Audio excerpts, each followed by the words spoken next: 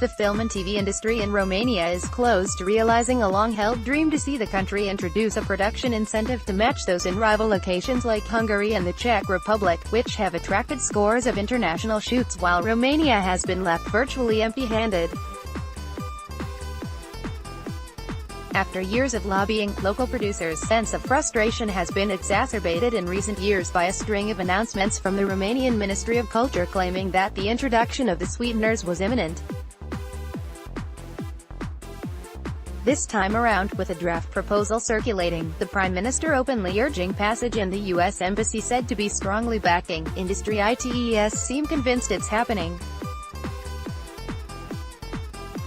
"We are expecting it," says Alex Trela of the Romanian Film Center, the country's major film support body, in noting that a petition signed by 4,000 working film professionals has added new urgency. What's more, lawmakers approved a memorandum in April acknowledging the need for passage. Although the government has not committed to a clear timeline, says Trela, if the incentives pass soon, so that they can be factored into the fall budget, we could already put it to work in the autumn. More than one draft is in circulation, but top Romanian producers have urged a few key points to make the sweeteners effective, including Tudor Gheorghiu, head of the Transylvania Film Festival, and producer at Libra Film. Ada Solomon, executive producer of Tony Erdmann, and producer of A Film, and Berlinale-winning Child's Pose, has recommended the incentives be accessible to all, not just targeted at foreign shoots with budgets that eclipse Romanian ones. The lower the level of spending requirements, the more opportunities are created, she says, in noting that Hungary's system, with no minimum spend required for a production to qualify for a rebate, makes for an ideal model. She adds that Tony Erdmann was a tough sell without incentives to persuade German and Austrian producers to film in Romania. Incentives, offered throughout Europe and the US, generally require productions to spend a certain amount in order to qualify for cashback in the 20 to 25% range, provided they partner with local companies and often that they hire local crew and/or cast, use local sets or meet other criteria such as cultural checklists.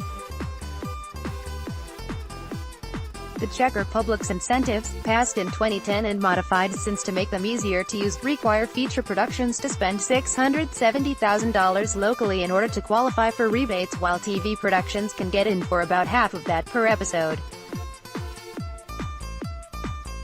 The incentives law would definitely give a burst to the industry in collateral factors, tourism, freelancers, etc., if applied wisely. Solomon says. By contrast, incentives that only apply to productions spending €1 million ($1.17 million) would help only one or two production houses in Romania, she estimates. More accessible sweeteners would also allow smaller local companies to be minority partners with foreign shoots and not be so dependent on state film support funds. Currently, small to medium-budget foreign films are most interested in filming in Romania, Solomon points out, arguing that these should be able to benefit. Steady construction is built with small steps, not with big, risky jumps.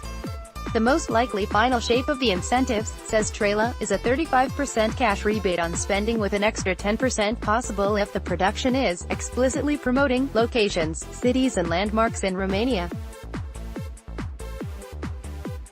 The amount that any one project can receive is expected to be capped at €5 million ($5.83 million), with applications open year-round, not tied to the calendar year. Within 60 days of the shooting wrap, says Trela, the production have its rebate in the bank.